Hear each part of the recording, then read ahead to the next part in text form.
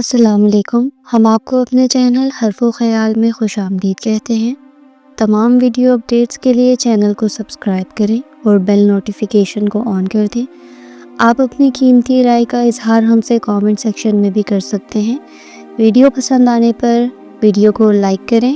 آج کی ویڈیو ایک سبق آموز کہانی ہے، ایک ایسی عورت کے بارے میں جو مذاق میں جھوٹی افواہیں پھیلا کر لوگوں کے گھروں میں لڑائیاں کرواتی۔ رمضان المبارک کا بابرکت مہینہ 2 دنوں بعد شروع ہونے والا تھا۔ نساء نے تقریباً سارے کام نپٹا لیے تھے تاکہ سکون سے عبادت میں زیادہ سے زیادہ حصہ لے سکے۔ آج مہینے بھر کا سارا سامان امی کے ساتھ جا کر وہ خرید لائی تھی۔ وہ کچن میں سارا سامان سمیٹ رہی تھی جب اس کے کانوں میں رفیقہ خالہ کی پاٹدار آواز پڑی۔ وہ تیزی سے ہاتھ چلانے لگی، جانتی تھی کہ رفیقہ خالہ اب چائے پی کر ہی جائیں گی۔ باہر رفیقہ خالہ زور و شور سے امی کے ساتھ باتوں میں مشغول تھی۔ اس نے چائے کی ٹرے ٹیبل پر رکھی اور انہیں سلام کیا۔ جیتی رہو بیٹی۔ ارے حلیمہ، بچی اکیلی ہی کھپتی رہتی ہے کاموں میں، تم بھی ذرا ہاتھ بٹایا کرو، اور وہ تمہاری لاڈلی بہو تو ہر وقت میکے میں ہی پائی جاتی ہے۔ نساء کو تو نوکرانی بنا کر چھوڑا ہے تم لوگوں نے۔ حلیمہ نے پہلو بدلا۔ ارے نہیں خالہ، یہ میرا گھر ہے اور گھر کے کام کرنے میں کوئی نوکر نہیں بن جاتا۔ نساء کو برا تو لگا مگر اس نے تحمل سے جواب دیا اور خالی ٹرے اٹھائے کچن میں چلی گئی۔ مگر وہ جانتی تھی رفیقہ خالہ اب جہاں بھی جائیں گی ہر گھر میں یہی بات بتائیں گی، جیسے اس گھر میں نساء پر ظلم ڈھائے جا رہے ہیں۔ ان کی عادت سے واقف تھی۔ نساء حلیمہ کی سگی بیٹی نہ تھی۔ نساء کے ابو رحیم ملک صاحب نے حلیمہ سے دوسری شادی کی تھی۔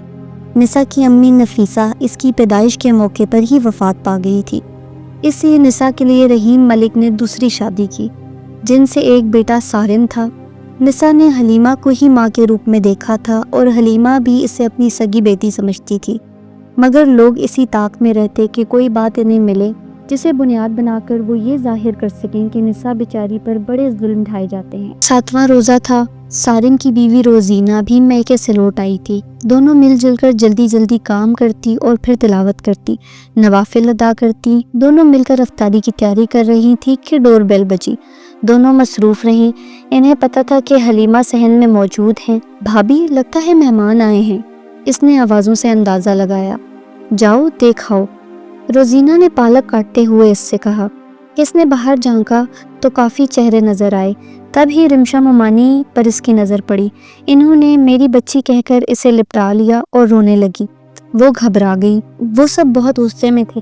دونوں ماموں ممانیہ اور نانا ابا حلیمہ سے غصے سے بات کر رہے تھے۔ نساء، اپنے ابو اور بھائی کو فون کر کے جلدی گھر آنے کو کہو، حلیمہ نے پریشانی سے کہا۔ تو وہ جی امی کہتی روزینہ کے پاس چلی آئی، کچن کاؤنٹر پر پڑے سیل سے پہلے کال کی، پھر جلدی جلدی افطاری کے انتظامات کرنے لگی۔